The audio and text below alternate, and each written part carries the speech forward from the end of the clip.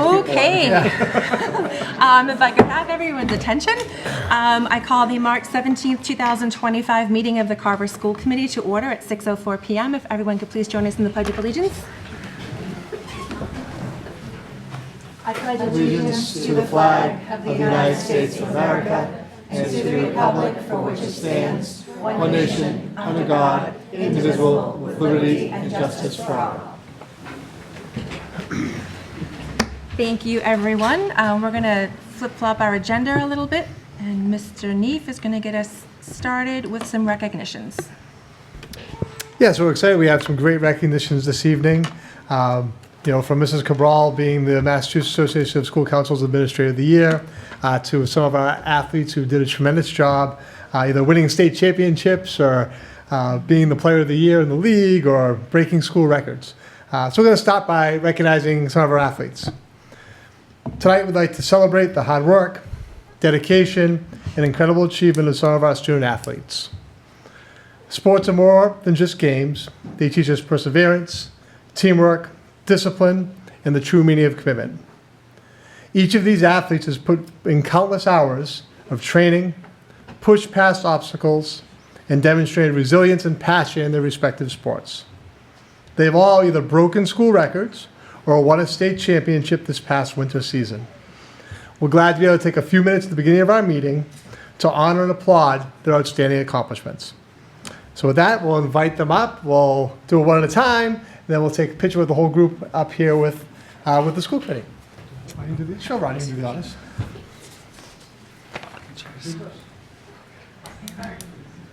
Maya Sapova.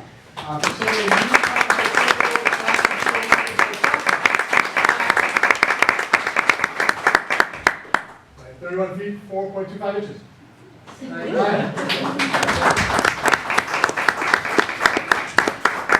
Ryan Wall, a new Carver High School indoor track and field shot put record. The winner was found in Maya at 40 feet, 10 inches.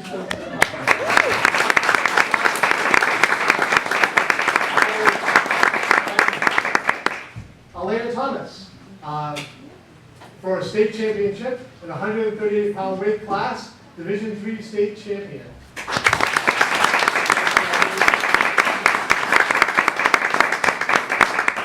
Colson Tully, 126 pounds, Division III state wrestling champion. Woo!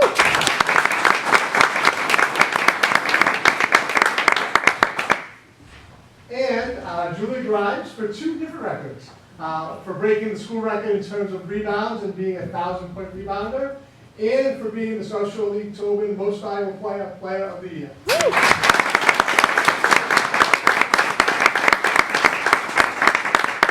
Chloe Christian, I don't believe Chloe's here this evening, but we'll mention her. Chloe was setting a new high school indoor track record for the long jump at 15 feet 8 inches. So congratulations.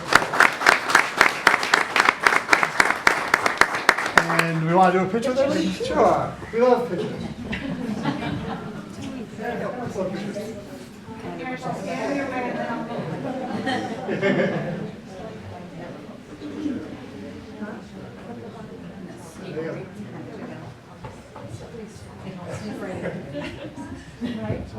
Yeah, I know, right? I'm going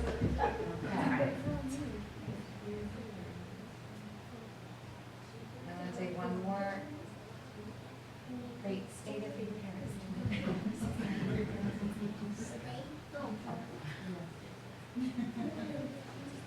Congratulations, everyone. Good job.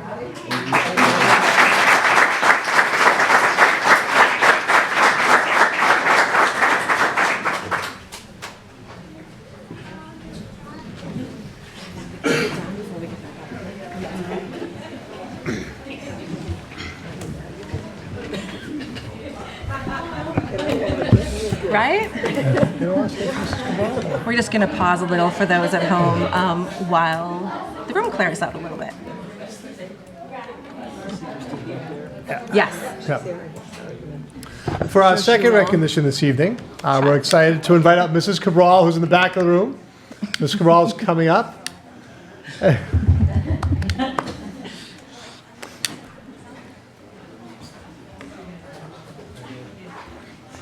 So we're excited to have that Mrs. Cabral was recently recognized as the Massachusetts Association of Student Councils Administrator of the Year, which is just a tremendous accomplishment. So if we just start with a round of applause for that.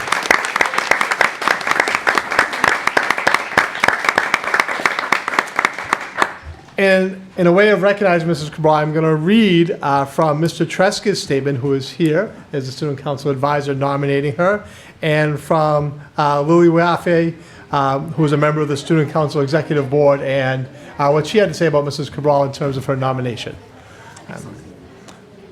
So first, for Mr. Tresca.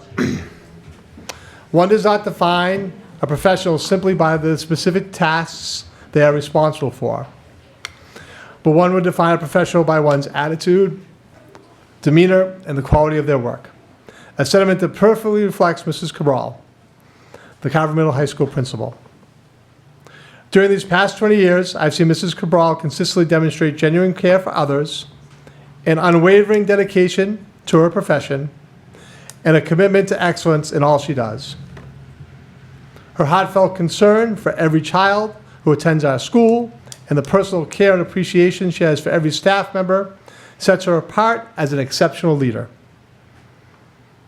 Mr. Chester continues, Christine is an administrator who remains accessible to students and staff, participates actively in school life, and champions initiatives that promote pride and engagement within the school community. She's always encouraging new traditions and continuously seeking new ways to enhance our school culture. Having served as the Student Council Advisor for the past 16 years, I've seen firsthand how Mrs. Cabral shows unwavering support. Through her passion and dedication, she inspires our students to cultivate a culture rooted in pride, belonging, and community. Whether attending drama or music performances, the prom, supporting charitable events, dancing at pep rallies, and supporting our school to host regional conferences last winter, she encourages empowerment of our student council to be a driving force in fostering a positive, inclusive environment at Carver Middle High School. It is a true honor to call Mrs. Cabral my principal and a privilege to work alongside of her. Her exceptional leadership, unwavering compassion, and inspiring vision have left a lasting mark on this school community. From Mr. Tresca. Very nice, Mr. Tresca.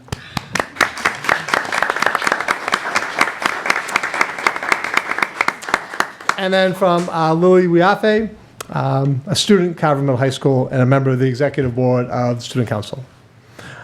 I have known Ms. Cabral since I entered middle school when she was one of the vice principals. There has never been a day since then where I haven't seen her smile with joy for her job. Every morning she inspires the student body to be the best they can be. Her inspiration is shown through her commitment and dedication. She spends a seamlessly endless amount of time where you can find her sitting at the football games, having a cameo in the theater productions, or even volunteering as an elf on the shelf during the holidays. She checks out on students and congratulates them personally when they reach significant achievements. She is the first to say hello to a student who seems down and first to offer her support. She invites speakers to talk to the school about inspirational topics like inclusion, and she's always open to new ideas. Although she's very busy in her job as principal, she never wastes a second of her time, always trying to improve our school. Not only does she care about each student's success, she also makes sure that teachers and faculty have the right educational tools. She creates slogans of inspiration for faculty to follow. She runs a faculty cookout to get the faculty in school spirit. She's always trying to put a smile on faculty's faces, which can become contagious for our students. Never have I seen a principal who is more devoted and loyal to her school. Mrs. Cabral.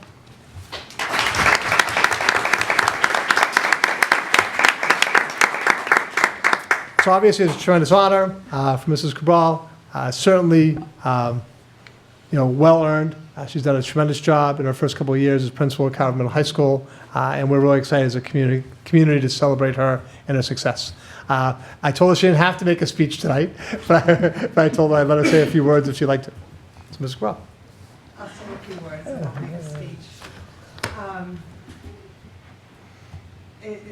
It's been a real humbling experience, like a bit surreal for me, even to hear you read that. It's hard to hear, but it's really, it's not just a recognition of my leadership. I firmly believe This award is a reflection of the exceptional students, teachers, faculty, staff, and administrative team that I have at Carver Middle High School. Chris Tresca, the student council advisor, and the students, the e-board and the student council, they're outstanding. And as I said in my speech the other night, like, they really are the heart of the student body at Carver Middle High School.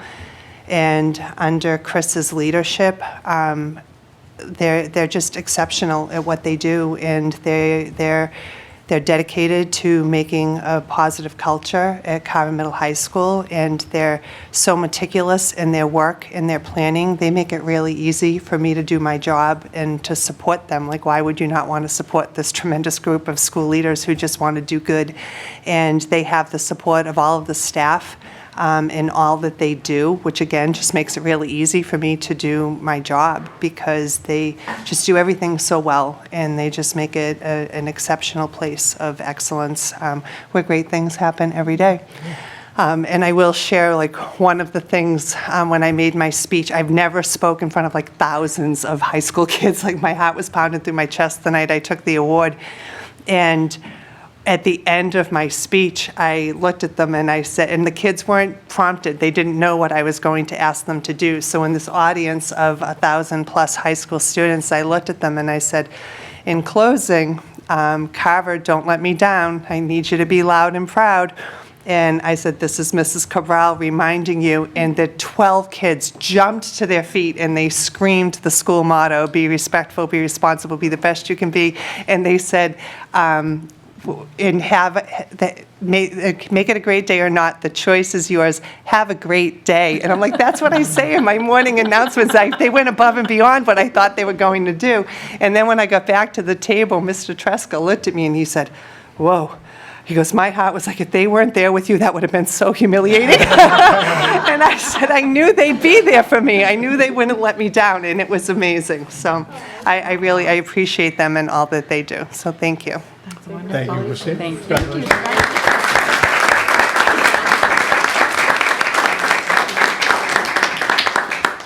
Christine wants to do a picture too. Don't I get my picture with me? Absolutely.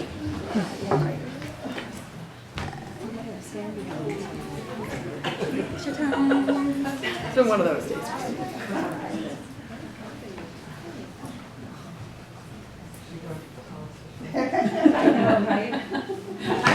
You're in the middle.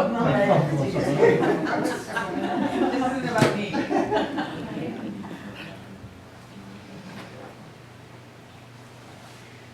All set. Thank you. Thanks. Thank you. Congratulations.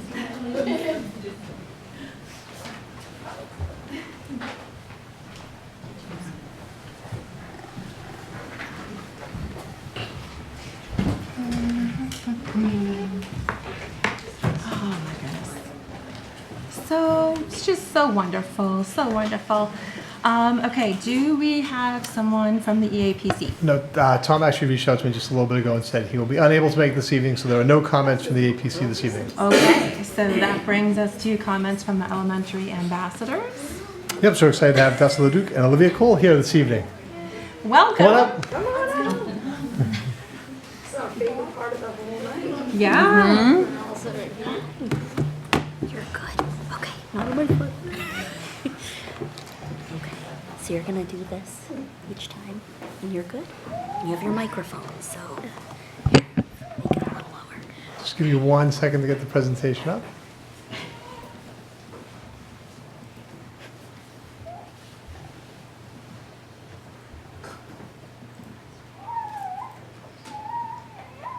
All right, there we go.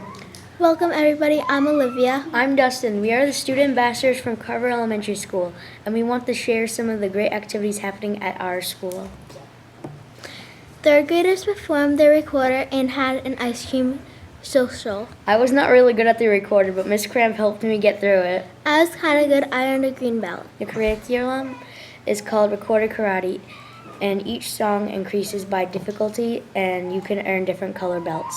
The black belt song is Ode to Joy, and that's the hardest song. Try It Tuesday is pretty cool. Last time that there was pupusas and enchiladas for kids example. Not to confuse with chinchillas. Don't eat those. I tried one of them and I didn't really like it. The enchilada I liked. The idea is for kids to be able to try different types of food they may not typically eat at home. For 5th grade, on the 100th day of school, we tried to fit 100 pennies on a boat we constructed with certain items like popsicle sticks, tinfoil, and scissors, but we couldn't let the boat sink. When we were younger, we made paper glasses that say 100. One year we dressed up as someone who was 100 years old. Teachers did fun activities with students that involved 100 to celebrate. Family game night was for families to play math and reading games. Secretly, kids learned while they were playing games like bananagrams. I like Monopoly because that involves moolah. When you estimate, you can guess. You take a guess of numbers, and the family game night had estimation jars. Whoever guessed closest to the number got to keep what was in it. The Lion King musical and Friday this week at 6 p.m. Kids will wear costumes and perform songs and the story from Lion King the movie. Kids practice and memorize their lines. There's also face paint we do before the show. I get to wear a onesie while I play Ed, the silly hyena. I say 2 words in the show, hee hee and yum yum yum. Yes, our teeth and ambitions are bared. Be prepared. I'm a lioness and I'm wearing a onesie that has fur on it. We do the dance to the song Roar because I am a champion and you're gonna hear me roar. Students wore polka dots on Pi Day, which was March 14th. They also served apple crisps at the lunchroom in the cafeteria. Perpendicular Imperial Line Day is Wednesday this week. This week there's flashlight reading on March 21st, where students can wear comfy clothes and bring a light to read. The Scholastic Book Fair, March 24th through the 28th, which includes during parent-teacher conferences. March 26th is wear a number or vocabulary word, or both. March 26th is Art of Storytelling with Big Ryan or kindergarten through 2nd graders. March 27th is Community Reader Day. March 28th is Buddy Day, where students pair up with another classroom to play a math game or read a book with a buddy. There's a lot going on. A lot. Champions of Change students were nominated by staff for being kind and helping their school and community to be a better place. There were 5 students selected for the Champion of Change. They were announced at All School Assembly and will be announced again at this meeting. Congratulations, champions of change. Have a great evening. And remember, above all, be kind. Thank you.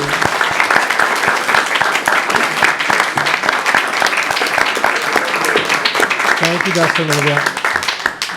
Thank you. Very nice job. Well done. Yeah, great job. Thank you for being here. Awesome.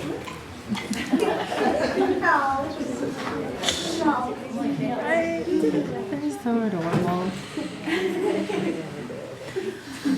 Okay, so that brings us to comments from the general public. So if there's anyone here that's in the room that would like to speak, you're welcome to go up to the microphone. And if there's anyone that is watching online, if you could please put your name in the chat to be recognized so you can speak.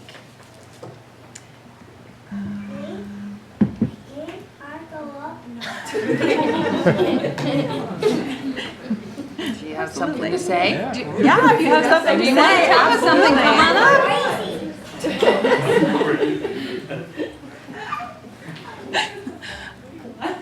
I don't see anyone in the chat, do you, Gina?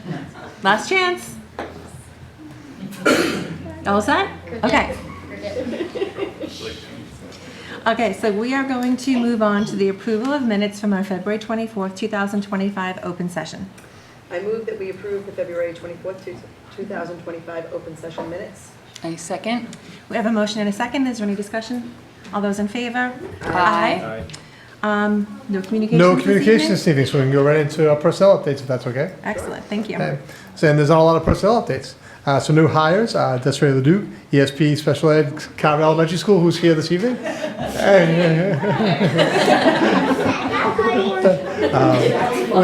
We have one transfer, Carrie Verdon will become the Administrative Assistant in Payroll and Benefits. That's going to be starting as of July 1st. And we have one retirement, Gail Gorman, ESP in Special Education at Carver High School. Now will be effective June 30th at the end of the school year. Okay, thank you. And that brings us to Champions of Change, and Yes, Mrs. Maestas. Yeah, so the Champion Chains do have their own presentation this evening, and Dr. Patel is going to do Ooh, Champions of excellent. Change. Okay. Welcome. Okay. Thank you. Okay, so Champions of Change, what is it? We do One Book, One School, and this is the second year we're doing Change Sings by Amanda Gorman. And our school motto is Be the Change. And we have a committee called Safe and Supportive Schools, where we were talking about ways that we can really promote and recognize students who make positive choices and really embrace that as part of the culture. And Champions of Change was an idea that was developed just to promote kindness, kids who help others, and overall being a good person. So there were some kids that stood out amongst the staff that were nominated. So it's right up on the slide, the nomination for students who have been agents of change that you've seen in your classroom or in our community, who've taken steps to make a positive impact. The student demonstrates excellent behavior inside and outside the classroom, is well-mannered, and respectful to peers and teachers. So this was all in a Google form, and any staff in the building who wanted to nominate a student was welcome to.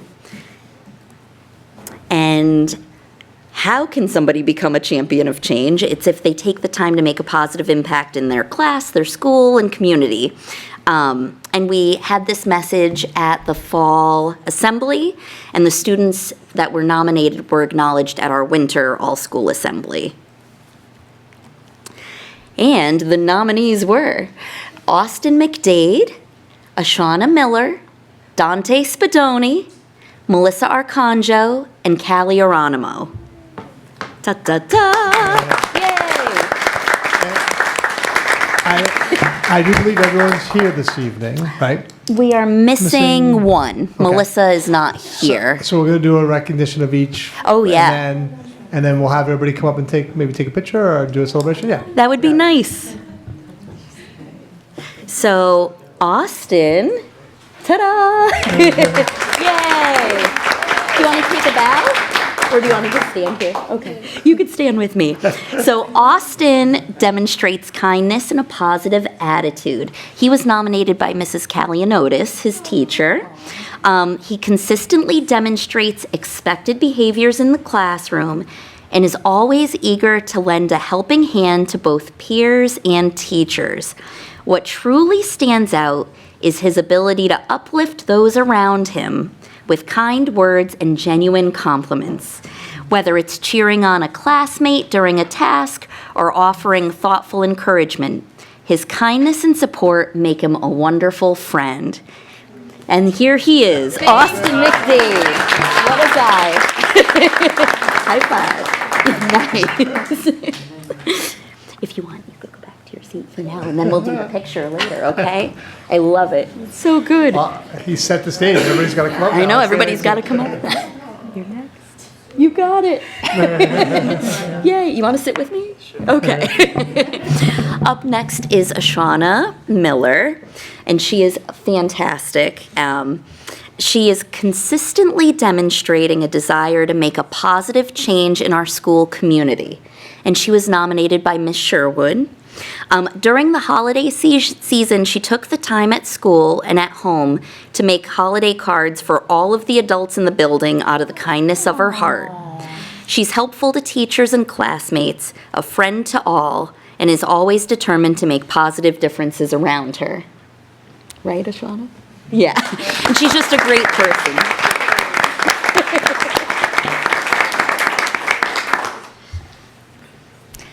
Dante Spadoni, here he comes. So, oh, thank you. Oh, you're welcome. Have a seat. Miss Anderson nominated Dante. Dante noticed a student sitting alone at lunch and kindly asked if he wanted to join them. The student was so grateful for the gesture, and that's why Dante was nominated for his act of kindness. He's a pleasure to have in class. He's kind and polite to other students, teachers, and faculty. And I've also noticed personally, there was a new student I was giving a tour around the building, and he didn't he was like, "Oh, what's your name?" and introduced himself and really went out of his way to make that student feel welcome. So keep up the great work, Dante. Okay? Thank you. Oh, thanks. We'll do the picture soon, okay? Up next is Melissa, and she's not here tonight, but she was nominated by Miss Burr. Melissa's an amazing helper in the classroom, and especially she stood out. There was a new student who was a non-English speaking student, and Melissa really not only translated, which was incredibly helpful for the teachers, but really went out of her way to include her, socially as well, at the lunch table and at recess, and was very helpful with the new student in her class. And that's Melissa.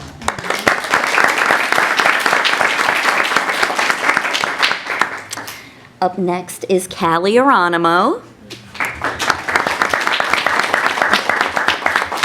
Callie was nominated by Mrs. Champini. She has always demonstrated a commitment to making a positive impact in the class and in the community. She's obviously outstanding behavior, respectful, leadership, an exemplary student and community member.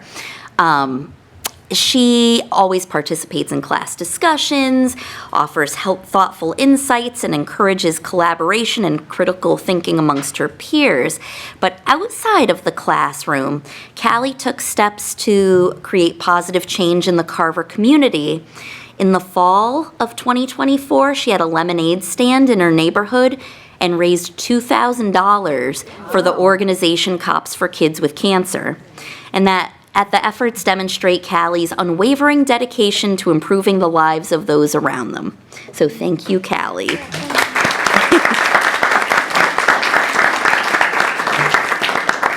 And I know I'm the only administrator up here, but everybody else is here too. And I know from all of us, we want to thank the Champions of Change for being role models and setting a positive example for others in our school and in the community. And that's it. So, yeah.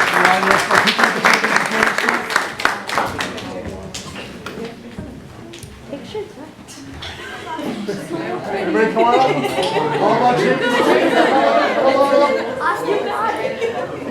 You can come with me because I love your pants. And I've got stars, you've got flowers.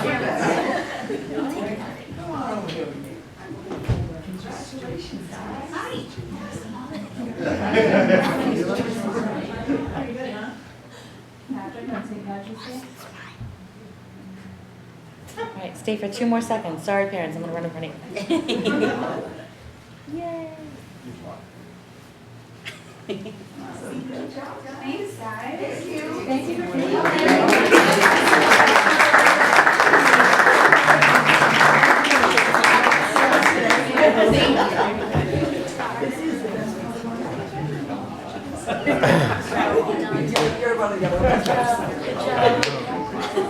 That's great. You know we love fun.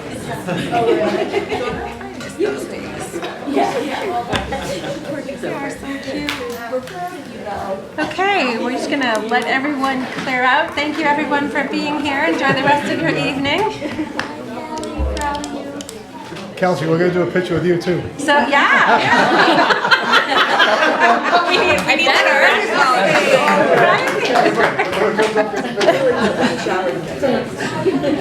Welcome. Everyone leaves before mine, I don't get a picture. What the heck? Just give me a second to get the presentation, share the presentation. Thank you for being here. Yes, thank you for having me. Absolutely. Elementary school students are always difficult to follow. Yeah, I know, seriously. Really lining me up, guys. They're so good. They're so cute. All right, so we're excited to have Athletic Director Kelsey Kincaid here with us to kind of give us a little highlight on the winter sports season, which we kind of did at the beginning of the meeting because we had so many champions and outstanding accomplishments. And then also give a little bit of a preview of upcoming spring sports, which actually started today. Yes. So as Scott mentioned, we had an amazing winter season across the board. All of our athletes and all of our teams had a great, successful season. So just start off all of our team records for this winter season. Boys basketball finished 7-13. Girls basketball 18-5.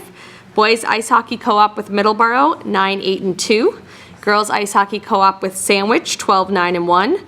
Girls track and field 1-2, and boys track and field 3-0.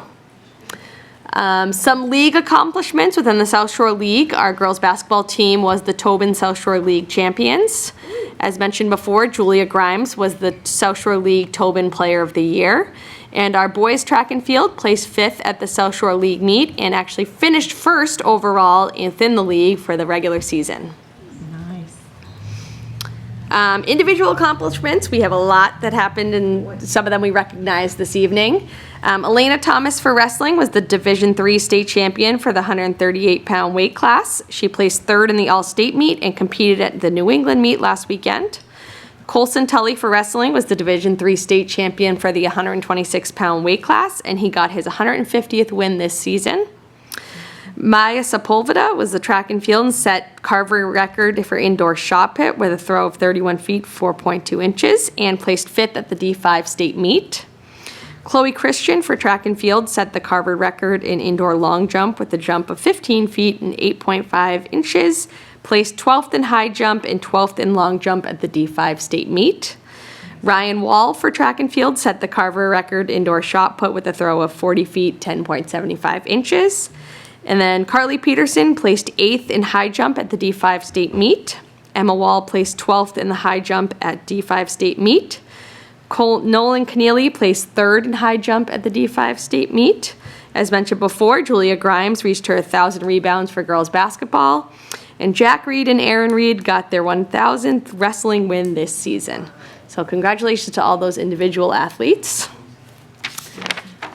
For team accomplishments, we have our wrestling team placed 3rd overall in the Division III state meet. Our girls basketball team made it to the Elite 8 in the MIAA state tournament and unfortunately lost to South Hadley, who went on to the state championship and then lost to Cathedral. Girls ice hockey co-op made it to the round of 16 in the MIA D2 state tournament. They had a really great run. They lost to Marshfield in the round of 16. Boys ice hockey co-op with Middleborough made it to the round of 32 in the MIA state tournament, losing to Nauset, who also just won the state championship, but they put up a good fight against them. So that is a recap of all of our winter teams and accomplishments. And now moving on to the spring, which started today. We are offering girls tennis, boys tennis, softball, baseball, and girls and boys outdoor track and field. We have amazing numbers, and hopefully... You don't have the numbers, do you? But they're good. Numbers are strong. Numbers are very strong. Off the top of my head, I can tell you... Would you like me to estimate? No, you don't have to estimate. They're strong, though. They're good. Yes, very strong numbers across the board for all of them. I know right away, track and field has 98. Which obviously are highest. But yes, today was the first day. All of the schedules can be found on arbiterlive.com. Schedules kick off or games start on March 31st. And some of our home games begin on April 1st. So we hope to see many spectators out cheering our teams on. And if someone was really still interested in signing up for a sport, could they if they in certain areas? Well, if they may have missed the deadline. We're not encouraging missing deadlines. Yes. We also want students to participate if that opportunity is Yes, if there. they would like to make a phone call and explain to me why they may have missed a deadline, they can. We're looking for girls tennis players. We are looking for girls tennis players. We did open it up to 7th graders, so if there's any 7th graders interested, that is a team. We are looking for more numbers, definitely. Great, thank you. Yes, thank you guys for having me. Any questions? Thank you very much. All right. Thank you. Thank you. I know, you want a picture?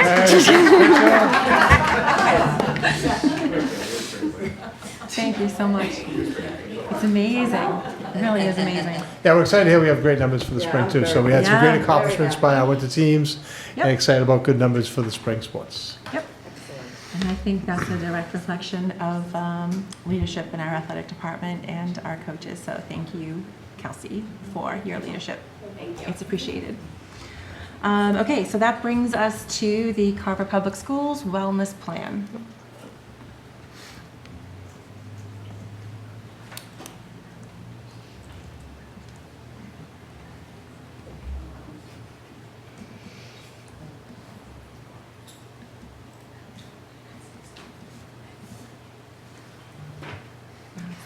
All right, so in the fall, we reconvened the Wellness Committee. I know that was something we had talked about as a committee, as a group, looking at that concept to bring the Wellness Committee back together.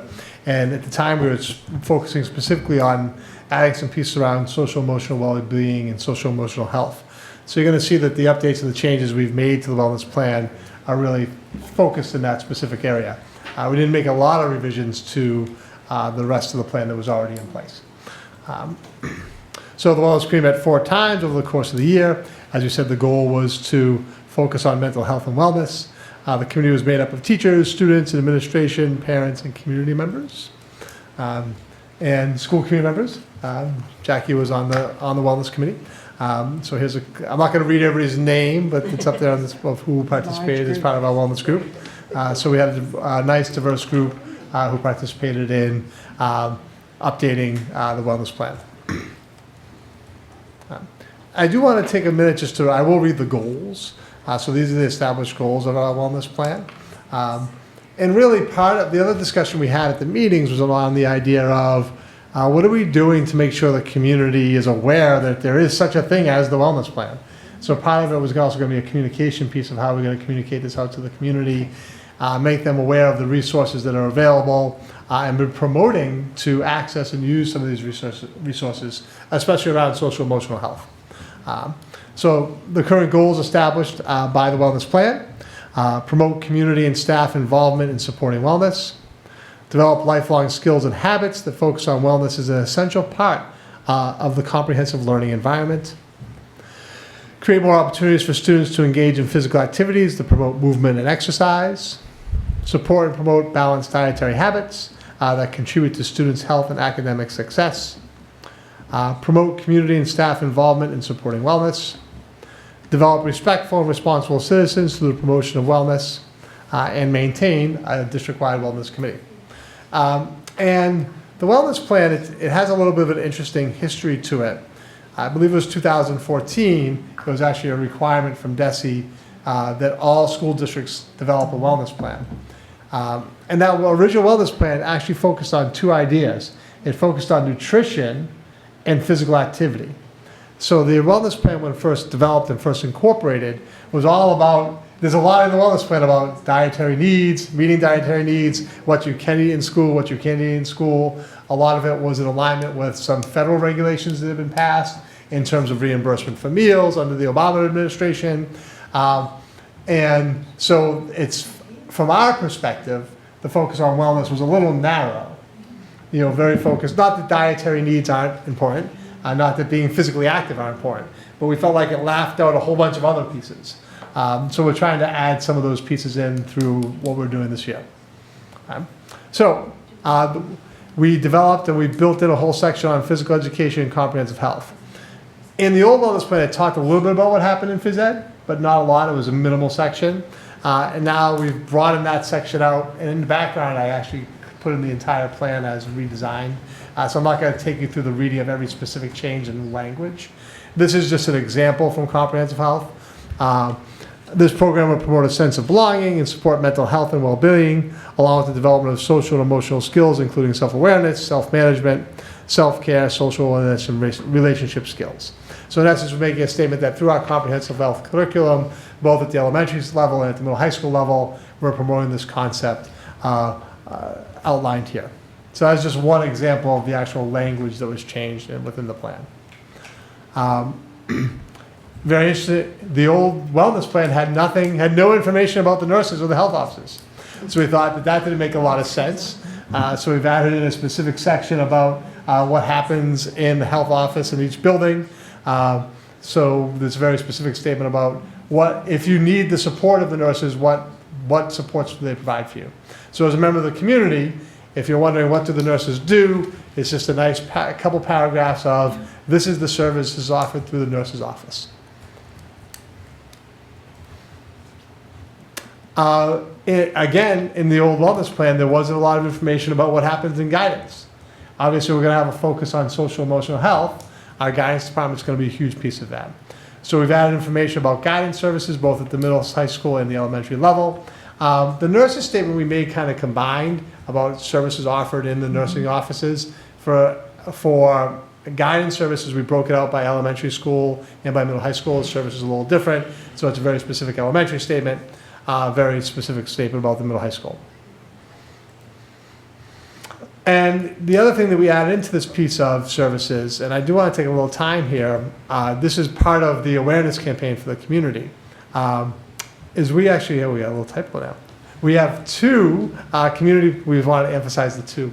We have two community partnerships that allow us to refer families for support. So we actually have two groups within the Carver Public Schools that provide what would be called wraparound services. One is through a group called the Family Support Partnership, which is actually established by Reed's Collaborative. Carver was one of the original districts to be involved in this Family Support Partnership. And what that does, it allows us to at any time refer up to 10 families who need supports outside of school. Those supports could be based on food insecurity, they could be based on housing concerns, they could be based on those families not being able to access counseling services. And what it does is it establishes a counselor for them who meets with them outside of the school and doesn't necessarily relay all the information back to the school. It's like a referring service. And that's really important because some families, certainly, we want to support all families. That's our goal. That's what guidance wants to do.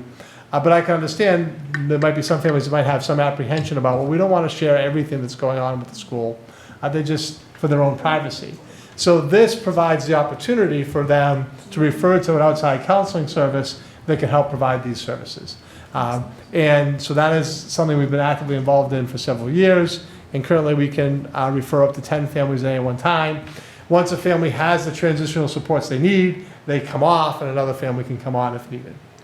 The other thing, which is actually very similar, is actually through PCO. We've talked about Plymouth County Outreach before a little bit, the history of that. So this is a program of Plymouth County Outreach. It's called the Plymouth County Hub. And in essence, they provide very similar services. So they only in Plymouth County specifically, what they've done is they've made connections with all of the service providers that exist within Plymouth County.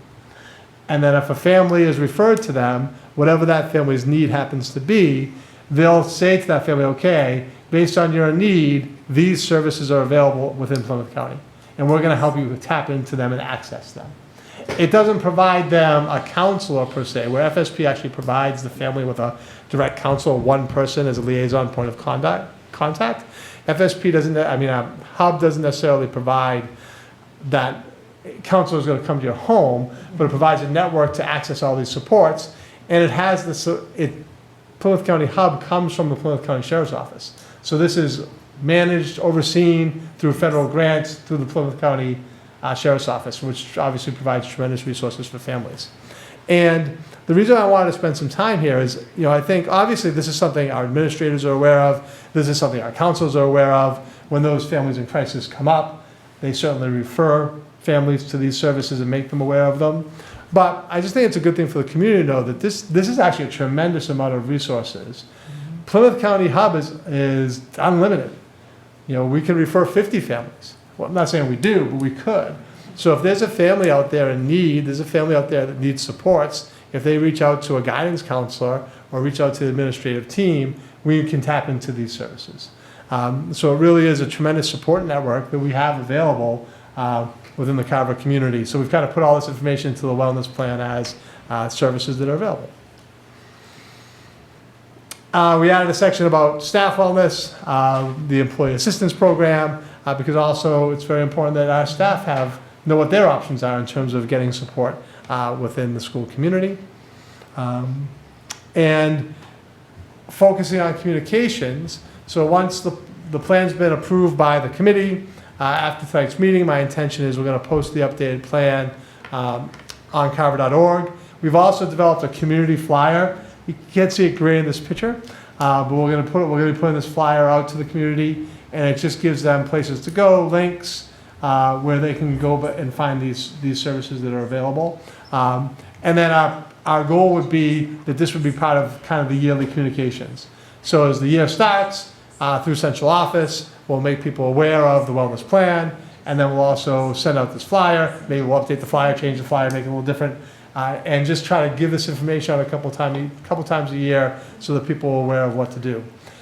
Ultimately, there is a section there about, if you're concerned, and so my messaging here tonight, my point of advocacy is that if you're concerned about anything regarding wellness, whether it's physical wellness, social emotional wellness, please reach out to us, reach out to a member of the administrative team, reach out to a teacher, reach out to a guidance counselor. If you reach out to a teacher, they're going to refer you to guidance, they're going to refer you to the administration, but you can contact anybody within the school community, and we have avenues to support you. And actually, we have some really tremendous avenues to support families in need. So if there's a takeaway for the community, is that to know that those things exist, and to know that you can reach out to us and we can put you in contact with those resources. So I'll open it up to any questions. Like I said, I didn't go through the plan page by page. It's linked in here. We can certainly do that if you'd like to. But it was in your background. Not necessarily looking for a vote. The wellness plan doesn't necessarily have to be voted or approved by the committee, but the committee could take a vote. Really, I want to leave this one open to you, whether you want to take a vote to support the wellness plan, or if you wanted to just say the wellness committee has done that. They have done an amazing job. The flyer is amazing. The flyer is really good, yeah. So Gina played. Everybody looked, people didn't turn to look at me. They looked at Gina and they said the flyer's amazing. Gina gets a picture.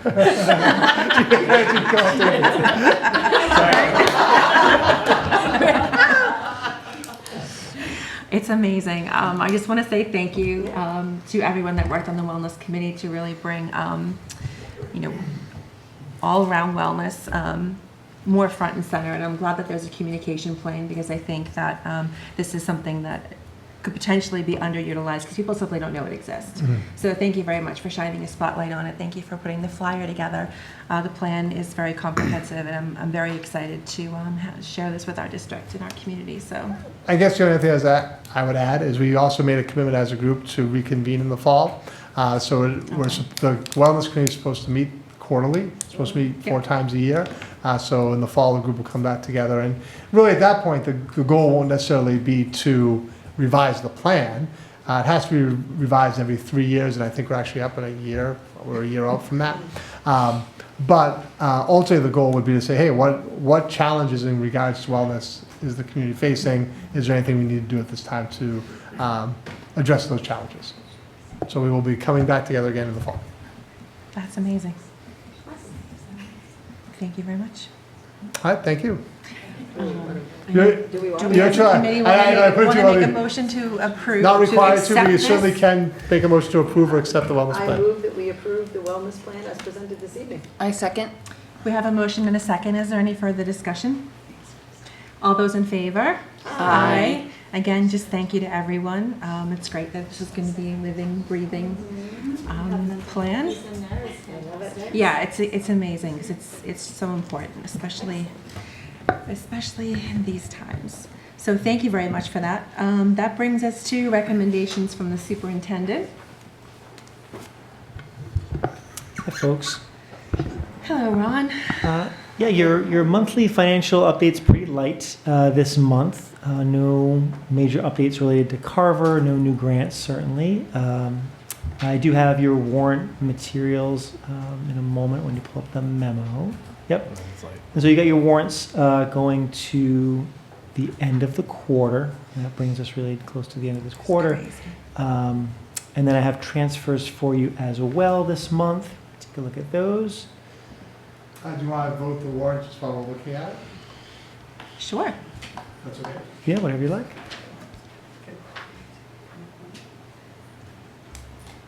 Someone like to make a motion? I was looking at Kelly. The person who does that. It's in the background agenda. Warrants as presented tonight. I second. We have a motion and a second. Is there any discussion? All those in favor? Aye. Sorry, Thank you for Rory. that. That's okay, no worries, no I worries. did tell you you are the second. Oh, yeah, I put you to sleep right like that. Middle of the night. It's the voice, And it's not the just calm, information. monotone, money voice, yeah. It's like David Allen Boucher. Oh, I miss him. And then if you take a look at your, I've got your budget for you as well. As always, it's your budget up to date to the penny. So you'll have one tab certainly that gives you all your accounts down to the penny. And if you go over to that second tab there, that'll give you your transfers for this month. And if you can just scroll to the bottom of that, please, Mr. Neef. You got a couple transfers that I want to bring your attention to specifically. That last one, that's row 17, is your largest. That's for homeless students transfer. So we've got a couple of new homeless students in district. We have a projections or projected amount encumbered through the end of the year. That may change depending on their circumstance. Typically, those circumstances change month to month. But just to be conservative, that's your conservative projection through the end of the year. You do have some repairs this year this month that were unanticipated. Some boiler repairs at the elementary school that were unanticipated.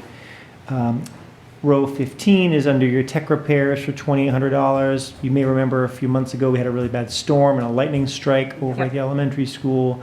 It damaged your overhead projector in your cafetorium in the common space. We have that flagged through insurance right now, but we've got to cover the upfront cost. That covers the rest of the labor to do all of that work, and we're just waiting for the check to come in for the insurance to reimburse the school district. The last two are pretty straightforward, additional filters for your HVAC systems over the middle high school and some unanticipated water service at central office. As always, your transfers are net zero, and if it pleases the committee, a vote tonight will help us process those. I move to approve the FY25 budget transfers as presented tonight. I second. We have a motion and a second. Is there any discussion? All those in favor? Aye. Aye. Thank you, Ron, as always. And that brings us to The school. right, Hey, the it's already- 2025, it's already- 2026 calendar. How is It's already that possible? time of year, to start talking about next year's calendar. Oh, God, people have been asking me about this for weeks already. Yeah, My That's why it's one upset, because a question. lot of people have been asking about the calendar. yep, We're making plans. yep. Sorry, it was a little slow sharing. Give me a second.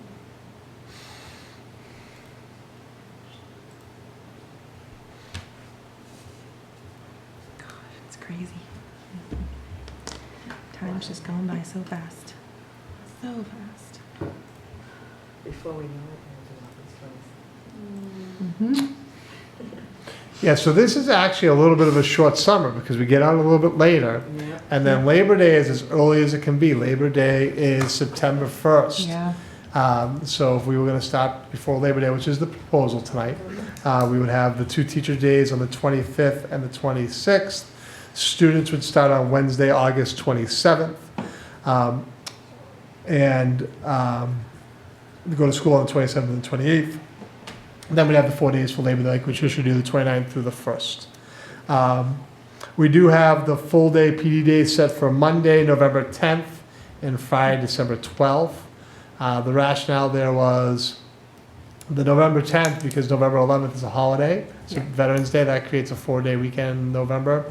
And we went back and forth a little bit because I know sometimes November gets the reputation of no school November with Veterans Day and Thanksgiving. And we generally we put it around either election, but there is no election day this year, or Veterans Day, or Columbus Day, or Indigenous Peoples Day.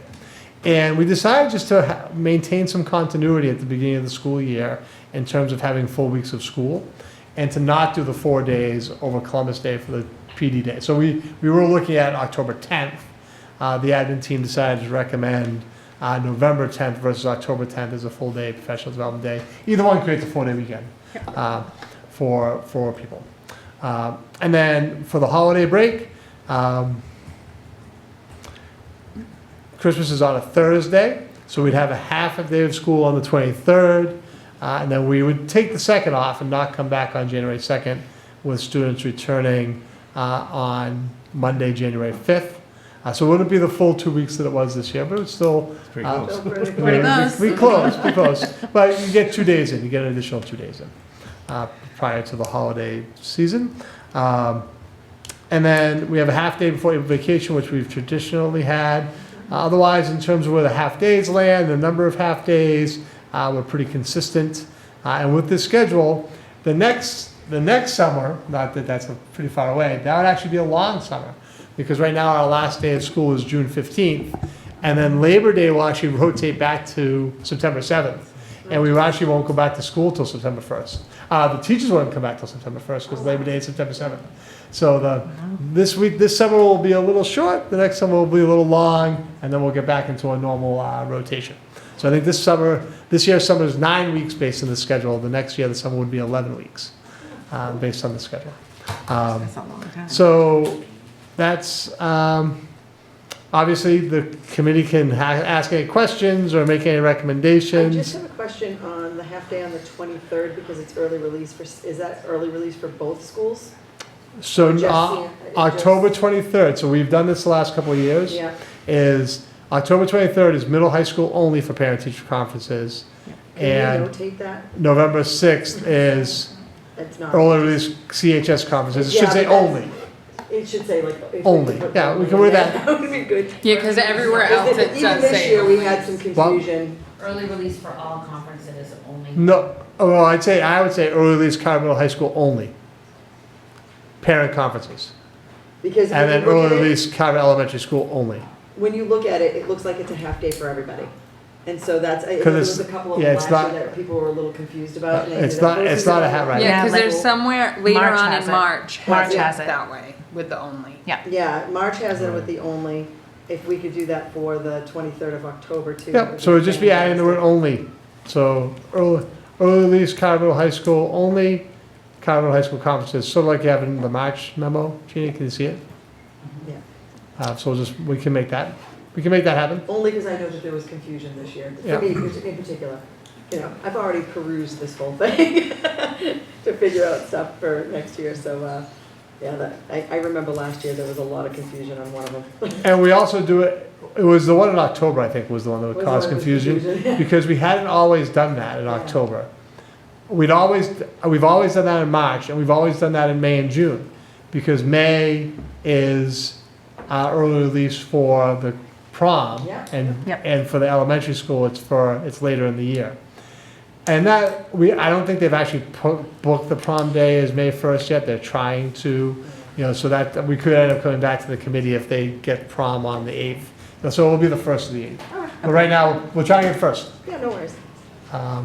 Any other questions on the calendar? Why do we come back before Labor Day? We don't have to.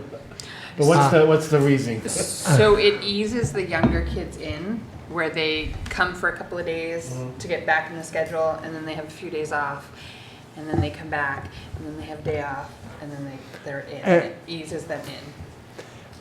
That's part of the rationale. It's also in terms of the teacher professional development days, in terms of trying to get those loaded beforehand. And the issue about it is we didn't come back before Labor Day for many, many years. For Right. most years we did. And what shifted that a little bit was actually the building a new elementary school, because the parking lot wasn't going to be ready. And so we moved all the PD days up before the opening of school.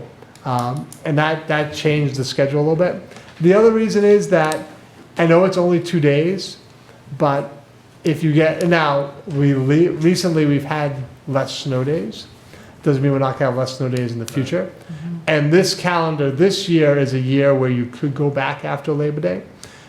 Because really, if you add those 2 days, you went back, the teachers would come back for Labor Day no matter what. Right. So whatever what we would do is if we put this first day of school to September 2nd, you'd make the teacher PD days the 27th and 28th. You make the first day of school the 2nd for all students, and then this would just get pushed back till June 17th, which really isn't that bad.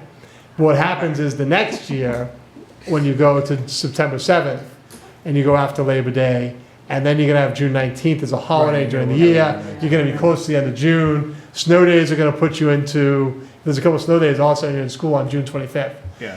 If there was a year to go before Labor Day, this is the year. And actually, we talked about it a little bit as an admin team.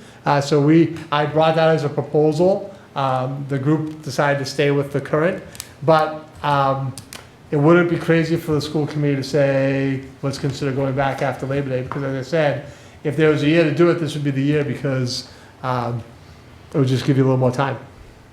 So I'm not opposed to that if the committee wants to consider that. Obviously, we'd have to bring it back for April and have to redo the calendar. Right. But that, I mean, ultimately, I don't know how much that really impacts people in terms of waiting 3 weeks to vote the calendar. I know some people try to make their vacation plans and those types of things. Because that would be the only change. I would not change the calendar in any other way. The change would be that the first day of school for kids would be September 2nd, right? The teachers' days would be the 27th and 28th, and the last day for kids would be June 17th. I wouldn't change the half days, I wouldn't change the vacation schedule, I wouldn't change the full day professional days where they are, unless the committee wanted me to, but that wouldn't be my recommendation. It's actually not that's not a big change, but it could feel like a big change because kids wouldn't have to go back to school until after Labor Day, Right. Right. And also, which families may like. because and of then- that long holiday weekend, a lot of families like to vacation that last week Yeah, and then before school. And then the next year, if you decide to revert back because it's going to get really late, you could certainly do that. So I'm open to that suggestion. Right, Do you want? So I guess my question would be, I have no problem. I can bring back both options in April, and you can think about it and vote on it in April. Get some feedback from families if you want. What does everyone think? I'm nervous about changing the 2 days because that makes the last day of school the 18th, The 18th. 17th. 17th? In which case, Okay. So then if there it were would have been one- the same But if there's situation snow we It's were this year, right? If we had have 2 snow one- days. Yeah. If we have snow days. If we Then have it's two- and then there's Juneteenth. a Then I gotta holiday. come back the next week. And then they also, the kids have to hit the ground running, like, they're getting a half a day. No, they're not even getting a half a day until the 17th, so they're like, Yeah. and I think that would be difficult for like the first and second graders. I'm okay with the schedule too. I think honestly, those 2 days, letting them find their lockers, letting them find their way around the schools. Right, meet their get used to things classmates, is- meet their teachers. I think it's helpful for the teachers and Yeah. the kids, but, I've been asking that same question forever. I go back and forth We've too. discussed that before, but Yeah, it makes sense to, take away a little bit of those anxieties and have everyone ease into the school year, especially for the kids that are, transitioning, like the 5th graders going to 6th grade, and they have a big transition year. Yeah. I think it's good for them to have that break. I am overall. So what does I'm not- everyone- I'm not- so what does I'm everyone not- think? I honestly don't feel strongly one way or the other. Okay. But I'm not going to call for a vote, that's for sure. Will we have to vote to approve it, or to have to bring it back? I'll Okay. vote to approve. Okay, so I move to approve the 2025-2026 school calendar as presented. I second. Okay, we have a motion and a second. Is there any further discussion? All those in favor? Aye. Thank you to everyone who had input in putting the calendar together. I know it is no easy feat to figure out those 180 days. Okay, so that brings us to school choice for the 2025-2026 school year. Okay. So last year, the committee voted to approve school choice in kindergarten, 5th grade, 9 through 12, with a total of 5 slots at each grade level. In general, the district receives $5,000 per student who choice into the district and loses $5,000 for each student who choices out of the district. For some special education students, we receive additional monies to support their needs. Currently, we have 77 students who choice into the district. I'm going to stop there for a second. And I'll show you the school choice enrollment. I present that on the screen.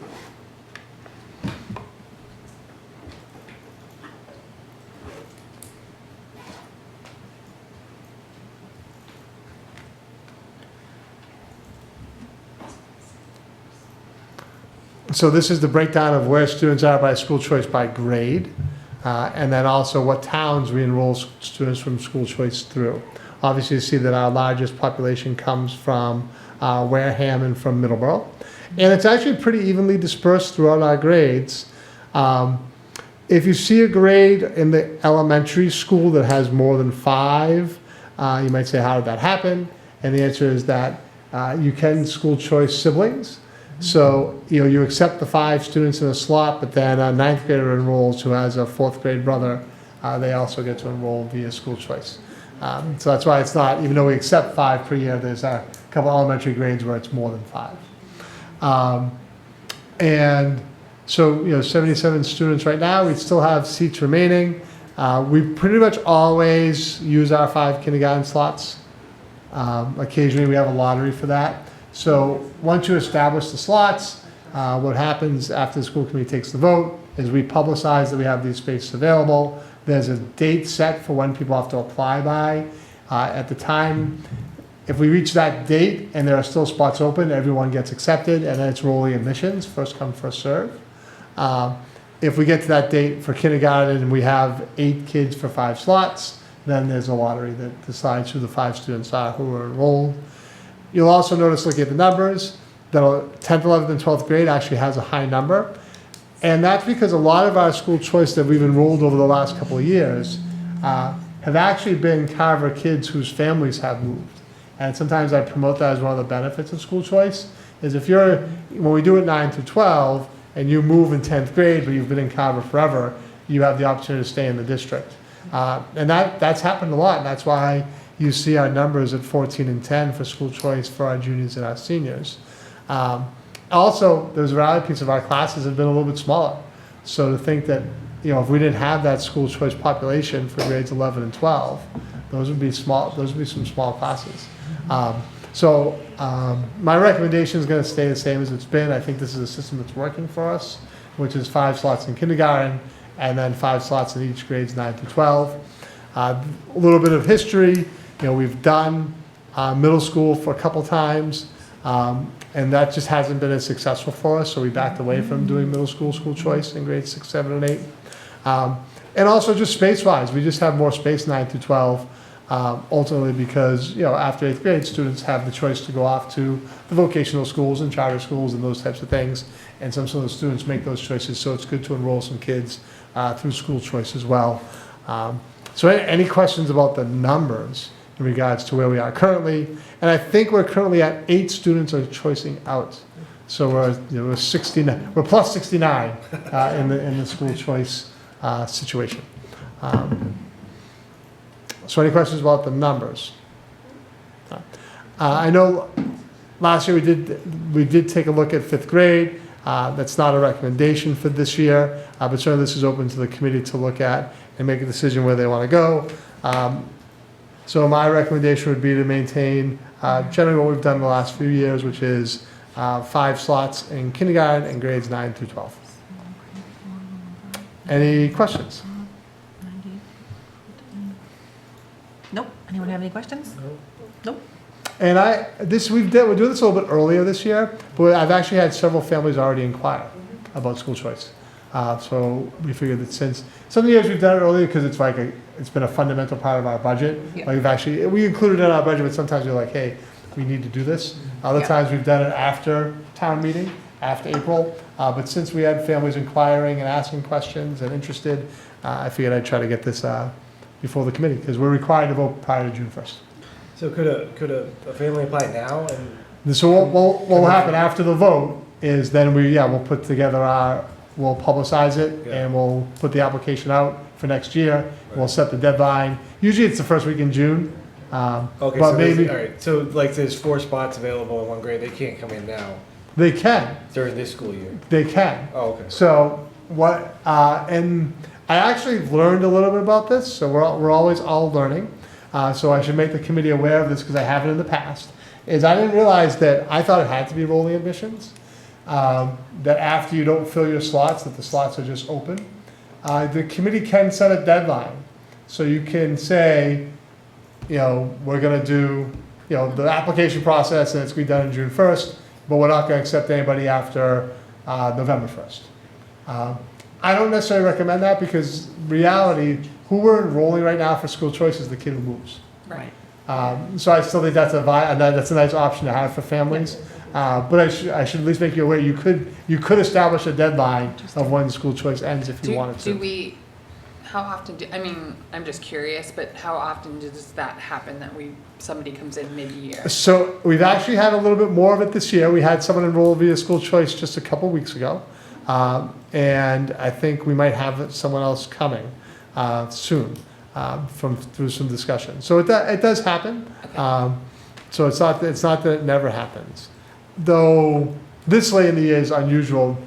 My history would say the only time it happens this time of the year is when it's a family who's moving. But yeah, so right now we still have 4 slots in 5th grade, 3 slots in 9th, 4 in 10th, 1 in 11th, 3 in 12th.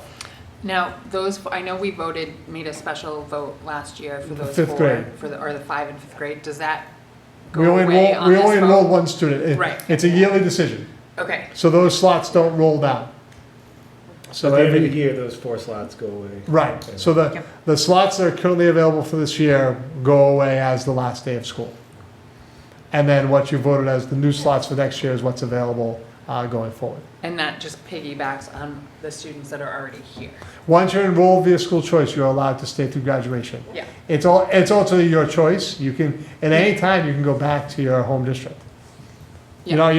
So you have that. Yeah, You but always have that option. like the 5 slots will piggyback on the 14 in 11. Correct. So yeah, next year I could show you this chart and there could be 17 12th graders. Yep. Because we enrolled 3 other kids beyond the 14 who are here and stayed. And we occasionally have students go back. No, that doesn't happen a lot. It's pretty stable. So once students come in, they've generally stayed. But we do have occasionally, there'll be a student for whatever reason makes the decision to go back to the district in which they live in. Thank you for updating us on the parameters. I was unaware that was a thing, but I think it's good to have options because families can move at any point in time in the school year, and that is disruptive. Okay, so would someone like to make a motion regarding school choice? Sure. I move that we approve 5 school choice slots to be open for students in kindergarten, grades 9, 10, 11, 12 for the 2025-2026 school year. I second. We have a motion and a second. Is there any discussion? All those in favor? Aye. Thank you.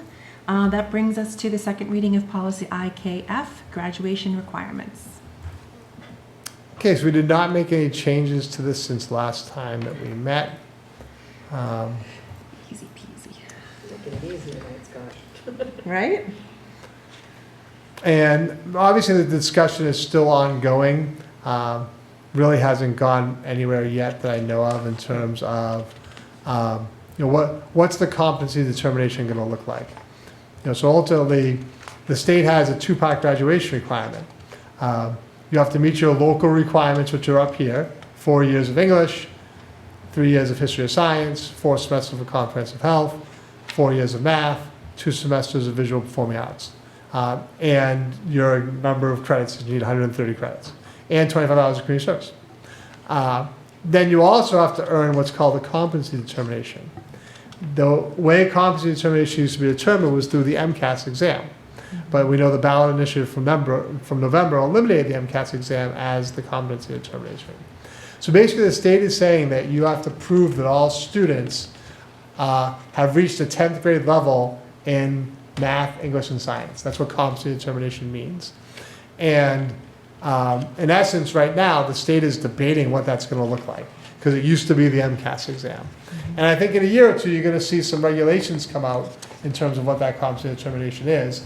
And we've talked about this at the last meeting, we've talked about it a couple times. That could be some sort of portfolio or a senior project or some sort of thing. Whatever gets put into place, I do think there'll be be grandfathered in. I don't think they're going to say, okay, next year they're not going to come out and say the graduating class of 26 has to have a portfolio from the 4 years of work or completed senior project that shows that they have competency in English, Algebra 1, geometry, and a tested science subject. I think whatever gets put in place, there'll be a time frame to transition to that model, sort of like there was when the MCAS exam was put into place. It actually was, the model was 10 years, 10 years from the time the MCAS was started until it actually counted as the CD from 1993 to 2003.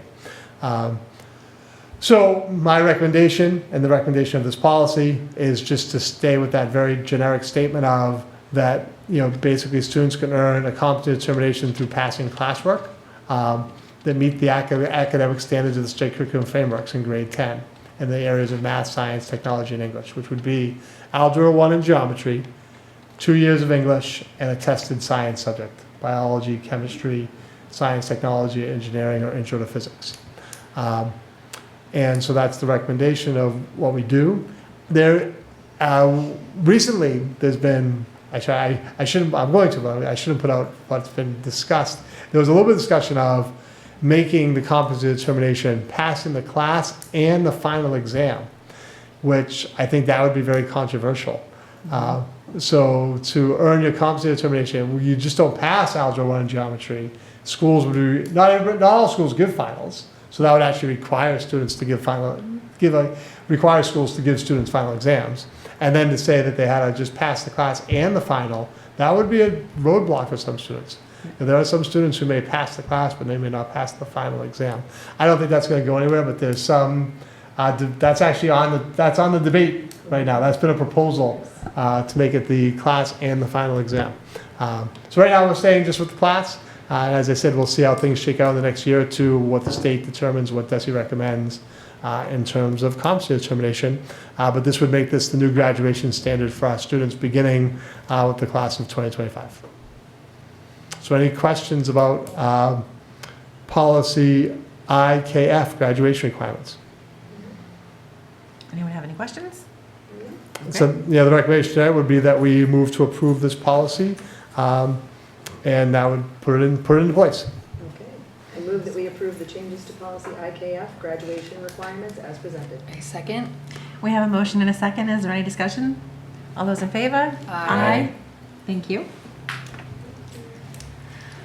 Okay, so that brings us to the field trip to Paris and Amsterdam for April 2027. They like to get a couple years ahead.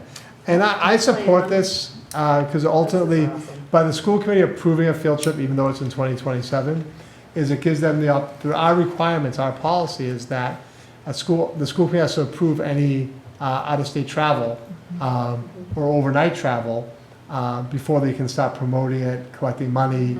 And the goal here is the chaperones who run the trip just want to give families as much opportunity as possible to save up money and be able to participate in the trip. So, the estimated these trips are $3,500 to $4,000. So even though it's 2 years out, it gives families 2 years to start establishing a payment plan to have students go on that trip in April of 2027. So I would support a vote to approve the trip. I move that we approve the field trip, the Europe field trip to Paris and Amsterdam for April 2027. I second. We have a motion and a second. Is there any discussion? All those in favor? Aye. Thank you very much. Bon voyage. Okay, so that brings us to, oh my goodness, okay, sorry, my computer's not scrolling for some reason. There we go. And here we are at 7:22, and we're at reports from the school committee. So we have one item this evening, which is the superintendent's contract renewal.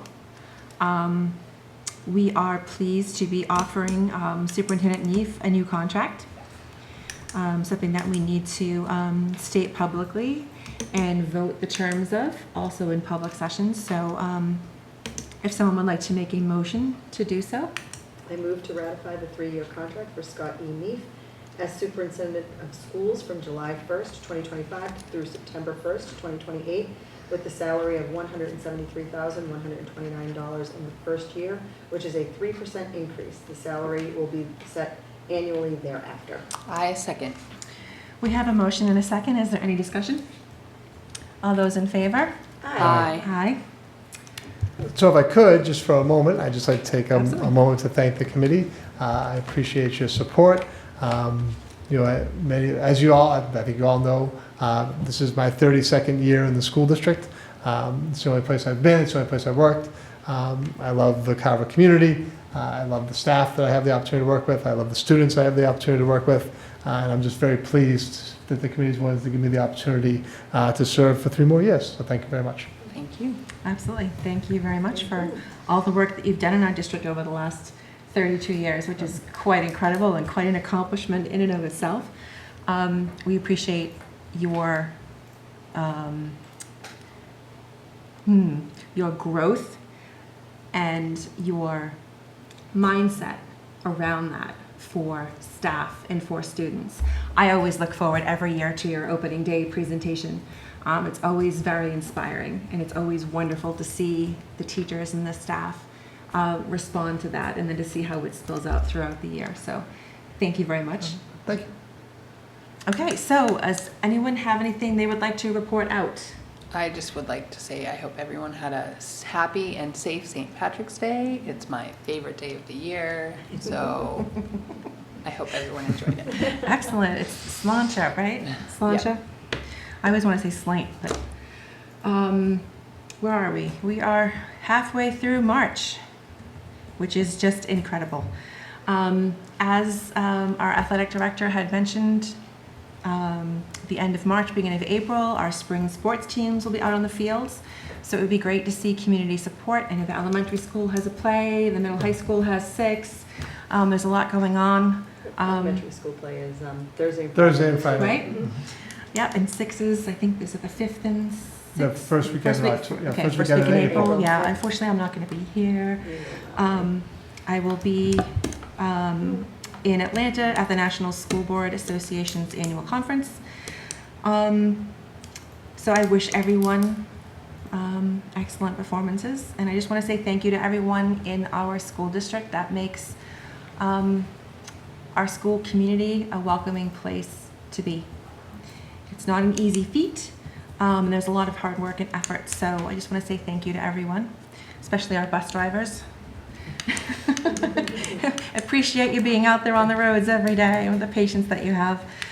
So with that, unless someone has anything else to add, if someone would like to make a motion to adjourn to executive session, not to return to public session. Okay, I move that we adjourn the open session of the March 17th, 2025 school committee meeting to move into executive session to discuss the strategy with respect to collective bargaining with the EAPC. If the open meeting may have a detrimental effect on the bargaining position of the public body, and the chair so declares, not to return to open session. Aye. Second? Excellent. We have a motion and we have a second. This is a roll call vote. Jackie Lake, aye. Kelly Mimi, aye. Stephanie Clarity, aye. Katie Sullivan, aye. Bill Cullen, aye. Excellent. We are adjourned at 7:26 p.m. on March 17, 2025. Thank you, everyone. Thanks, everybody.